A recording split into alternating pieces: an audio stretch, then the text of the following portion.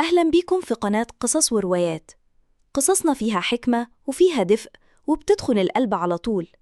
يلا بينا نسمع قصة جديدة. قصة صندوق الأمنيات. كان يا مكان، في يوم من الأيام كان في طفل صغير اسمه فارس، ولد بسيط قلبه أبيض زي اللبن، بيحب يحلم على طول. فارس كان دايما بيقعد يبص للسما، يقول: ياه، نفسي أبقى أغنى واحد في العالم، ونفسي أبقى أطول واحد وأشطر واحد، وعندي ألعاب ملهاش آخر. وفي يوم وهو ماشي في الحارة لقى صندوق صغير غريب، لونه ذهبي مرسوم عليه نجوم وأقمار. قرب منه ولمسه، لقى صندوق بيتفتح لوحده وطلع منه نور خفيف كده، وسمع صوت بيهمس: اطلب أمنية وأنا هحققها. فارس اتفاجئ، قال بسرعة: نفسي في عربية لعبة كبيرة. وفجأة طاخ، لقى العربية قدامه. اتحمس وقال: طب نفسي في قصر مليان ألعاب. وطاخ، القصر ظهر قدامه. فضل فارس يطلب ويطلب، كل حاجة تتحقق في ثانية. في الأول كان طاير من الفرح، مبسوط بيجري هنا وهنا. لكن بعد كام يوم بدأ يحس بحاجة غريبة. حس إن قلبه فاضي، مفيش حماس، مفيش بهجة حقيقية.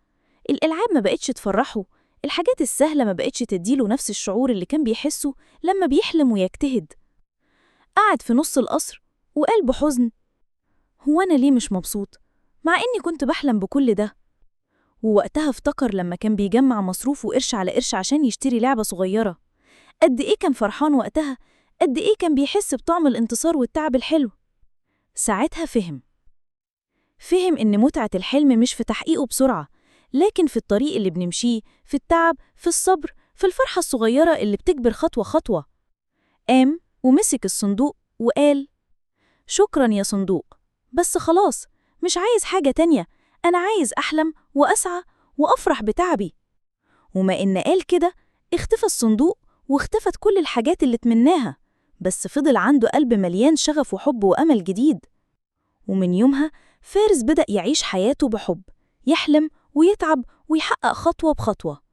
وكل ما يحقق حلم صغير كان بيحس إنه أغنى واحد في العالم، حتى لو مفيش قصر ولا كنز.